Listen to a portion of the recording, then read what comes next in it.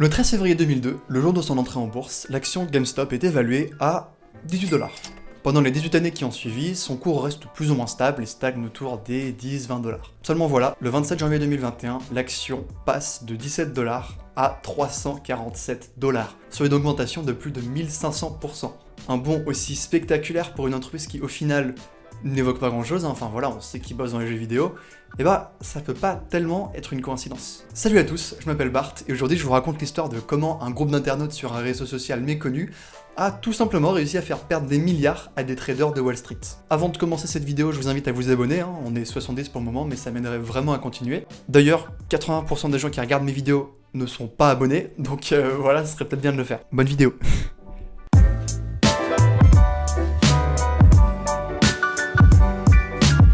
Bon, GameStop, c'est quoi? En 1982, deux anciens étudiants de Harvard, James McCurry et Gary Cousin, se réunissent pour fonder une entreprise basée sur le secteur de l'ordinateur et de la diffusion de jeux vidéo. Un an plus tard, en 1983, le tout premier magasin ouvre ses portes à Dallas sous le nom de Babbage.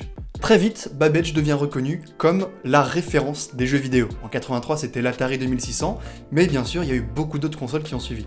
Début 90, Babbage a maintenant plus de 160 boutiques dispersées dans tout le pays, mais commence à rencontrer quelques petits problèmes financiers. Heureusement, cette période rime aussi avec la sortie d'un produit qui a tout simplement révolutionné le monde des jeux vidéo. Je parle bien sûr de... They said it wasn't humanly possible, but now you can have all the power and excitement of Nintendo right in the palm of your hand. Introducing Game Boy, only from Nintendo. Now you're playing with power, portable power. On parle d'une augmentation de revenus de plus de 132 millions de dollars, soit environ 40%, et de l'ouverture de plus de 30 nouveaux magasins. Sur le plan vente, malheureusement, Babbage n'est plus seul. Les autres géants du secteur ont grappillé des parts du marché. Babbage perd peu à peu son statut de référence des jeux vidéo. Puis en 2000, Babbage est racheté par Barnes & Noble et combiné à Funcoland pour former l'entreprise GameStop. En 2003, GameStop est à son apogée, avec plus de 1000 magasins et largement épaulé par toutes les sorties du monde des jeux vidéo. GameCube, Game Boy Advance, Nintendo DS, Wii, PlayStation 2, Xbox 360, tout ça permet à la marque de s'étendre et de devenir le leader de la vente des jeux vidéo aux États-Unis, mais aussi dans le monde. Parce que oui, le nom de GameStop ne vous dit peut-être pas grand chose, mais en 2008, la marque rachète Micromania, qui est alors le leader de la vente des jeux vidéo en France. Ce succès durera environ une quinzaine d'années, avec un rachat continu d'entreprises basées dans le même secteur et une expansion toujours colossal. Sauf que voilà, en 2007, avec l'apparition de plateformes de vente de jeux vidéo en ligne, le modèle physique devient beaucoup plus difficile à promouvoir pour la marque. Et en 2008, GameStop enregistre sa pire année avec une perte nette de 700 millions de dollars. Malgré plusieurs tentatives de restructuration et d'échange, c'est finalement la pandémie qui aura le plus gros impact. Obligé de fermer temporairement 4000 de leurs points de vente, GameStop est complètement privé de son support physique qui faisait alors toute sa force. Sans ce support, forcément, on cherche une alternative. L'alternative, du coup, la vente en ligne, elle, a augmenté de plus de 519% pendant la pandémie. Ce qui montre déjà que le temps d'adaptation a été beaucoup plus rapide qu'anticipé, et surtout que le digital pouvait complètement remplacer les points physiques. GameStop, c'est donc ça. Tel un blockbuster sur le marché de la location de films ou un Toys R Us sur celui de la vente de jouets, c'est une entreprise qui, sur le long terme, est vouée à s'écrouler avec l'apparition de nouvelles plateformes de vente. Inutile de mentionner d'ailleurs que les deux premiers ont déjà fait faillite. Bon, ça c'est pour la partie histoire, mais qu'est-ce que ça a à voir avec l'explosion du cours de l'action ? En finance, vous l'imaginez, il existe beaucoup de moyens de se faire de l'argent. Une méthode comme une autre utilisée est le short selling. En gros, ça consiste à parier sur la diminution de la valeur d'une action sans pour autant posséder cette action. Ce qu'il faut retenir, c'est que si la valeur de l'action baisse, les investisseurs qui ont shorté cette action gagnent de l'argent. Pour ce qui est du concept, c'est aussi assez trivial. Imaginons que vous voulez shorter une seule action, vous allez commencer par l'emprunter à un lender. En général, ce sont des banques ou des hedge funds. Cette action, voilà, vous l'avez, elle est là, vous allez la vendre sur le marché à un prix défini.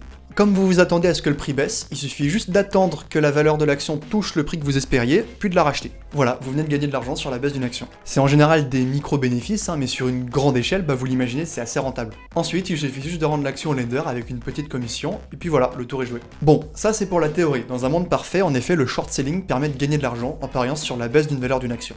Dans la vraie vie, ce modèle qui marchait pourtant si bien avec les actions GameStop est complètement retourné grâce à l'investissement d'un seul homme. Tout commence mi-mai 2019, quand Keith Gill, un américain de 34 ans, annonce sur Reddit, qui est un réseau social d'infos, qu'il vient de réaliser un placement de 53 000 $ dans des actions GameStop. Même si sa décision est assez critiquée et que son poste reçoit peu d'attention, Gill y reste sûr d'une chose. Selon lui, à cause du short selling, la valeur de l'action GameStop est gravement sous-évaluée et ça va résulter en un short squeeze. Un short squeeze, pour ceux qui ne connaissent pas, c'est quand le prix d'une action augmente très rapidement, justement à cause du short selling. C'est un peu la logique du il faut sauver les meubles. Les short sellers s'attendent à ce que l'action baisse, sauf que quand celle-ci elle commence à monter, et ben ils rachètent tous très vite leur part pour essayer de limiter leurs pertes. Mais bon, ça on en reparle juste après. Gilles, lui, il continue de partager sa théorie sur le forum Wall Street Bets et commence à convaincre de plus en plus de gens d'investir. Au même moment, on a toutes les hedge funds américaines qui parient tout simplement sur l'inverse, donc la baisse de la valeur de l'action GameStop. Pendant près de 2 ans, grâce au short selling, ils maintiennent artificiellement le prix de l'action à une valeur beaucoup plus basse que la normale. Enfin bref, le fait qu'on puisse jouer comme ça de la valeur d'une action, eh ben ça plaît pas du tout aux internautes. Et c'est là que ce phénomène, ce combat commence, les hedge funds ont confiance dans leur stratégie et ils continuent de parier sur la baisse de la valeur de l'action, ce qui énerve de plus en plus les réditeurs lambda qui eux veulent marquer un grand coup. Paradoxalement, le coup de sifflet est donné par Andrew Left, qui est le patron de la hedge fund Citron Research, quand il prédit justement une baisse de l'action à cause de son shorting. Et là c'est tout simplement trop pour les internautes de Wall Street Bets. On assiste alors à une levée de bouclier, ou un message clair et relayé, GameStop is a steal. Traduction, investissez maintenant, la bulle va exploser. Et le fait, c'est qu'ils ont pas tort. En cette période, 84% des actions sont shortées, et on sait qu'il va y avoir une rentrée d'argent avec la sortie de plusieurs consoles et de jeux vidéo. En bref, c'est certain qu'il va y avoir un short squeeze, mais ça, les hedge funds ne le voient pas. Le 13 janvier 2021, le prix de l'action double et gagne 57% en une journée. Et pendant 2 semaines, ça va continuer de grimper. Plus 27, plus 51, plus 92, un tweet d'Elon Musk va même faire monter le cours de l'action à plus de 134%. Et le 27 janvier, l'action atteint son prix le plus élevé avec un score record de 347$ par action, soit plus de 1500% par rapport à décembre 2020. Sur Wall Street Bets, Gil publie tous les jours ses résultats. Son investissement de 53 000$, dont je vous avais parlé, il vaut maintenant 48 millions. Ça veut dire que en vendant, il devenait tout simplement millionnaire. Sauf que là, on va assister à un phénomène assez unique. Typiquement, un short squeeze, c'est pas aussi extrême. Les short sellers parviennent à racheter leur part et font rapidement baisser le coût de l'action. Mais cette fois-ci, c'est pas du tout le cas. Gil et les autres actionnaires continuent de camper sur leurs investissements, ce qui fait que le lendemain, le 28, la valeur de ces investissements a baissé de plus de 15 millions de dollars. Et là, se met en place un combat assez unique. D'un côté, les hedge funds qui veulent racheter les actions à prix d'or pour ne pas perdre plus d'argent, et de l'autre, des particuliers qui détiennent ces actions et qui refusent de les vendre pour faire perdre encore plus d'argent à ces hedge funds. En termes de pertes, justement, c'est colossal.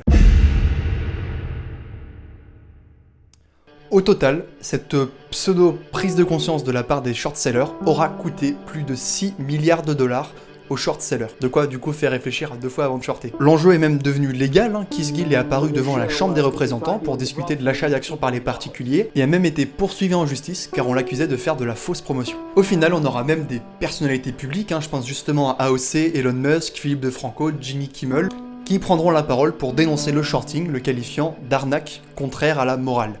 Toute cette histoire laisse un débat clair pour la démocratie américaine mais également pour le trading international. Quelle est la place des investisseurs particuliers auprès de Wall Street et devraient-ils avoir le droit d'interférer avec les affaires dites professionnelles?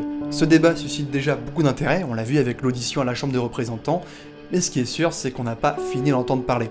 2022 sera-t-elle l'année de l'émancipation des apprentis traders ou à l'inverse est-ce qu'on verra un renforcement des techniques d'entrée sur le marché?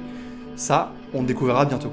D'ailleurs, dernière petite anecdote, mais il paraîtrait que Netflix et d'autres compagnies de cinéma auraient racheté les droits de cette histoire pour en faire un film. Voilà, à voir dans les bacs d'ici quelques années. Voilà, cette vidéo touche à sa fin, j'espère vraiment qu'elle vous aura plu, j'ai mis beaucoup de temps à la faire. Je vous invite à partager vos avis dans les commentaires, je lis vraiment tout, du coup ce sera l'occasion de continuer le débat. Sur ce, il y a vraiment du lourd qui arrive, donc je vous invite bien sûr à vous abonner, et moi je vous dis à la prochaine dans une nouvelle vidéo, c'était Bart.